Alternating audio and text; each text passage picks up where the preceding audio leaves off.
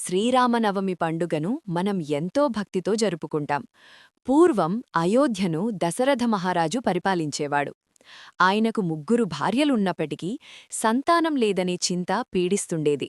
తన కులగురువు సలహా మేరకు ఆయన పుత్రకామేష్టి యాగం చేశాడు. ఆ యాగం ముగిశాక యజ్ఞకుండం నుండి ఒక దివ్యపురుషుడు ఆవిర్భవించి ఒక పాయస పాత్రను అందించాడు.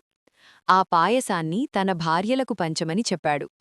కొన్నాళ్లకు వసంతకాలంలో చైత్రశుద్ధ నవమి రోజున పునర్వసు నక్షత్రంలో కౌసల్యాదేవికి సాక్షాత్తు శ్రీమహావిష్ణువు అంశతో శ్రీరాముడు జన్మించాడు.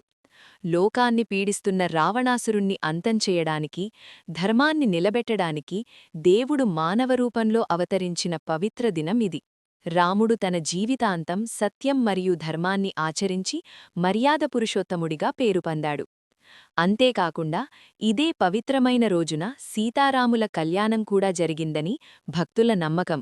అందుకే ఈ పండుగ రోజున భక్తులందరూ రాముడి పుట్టినరోజును జరుపుకోవడంతో పాటు సీతారాముల కళ్యాణ వేడుకలను కూడా అత్యంత వైభవంగా నిర్వహిస్తారు.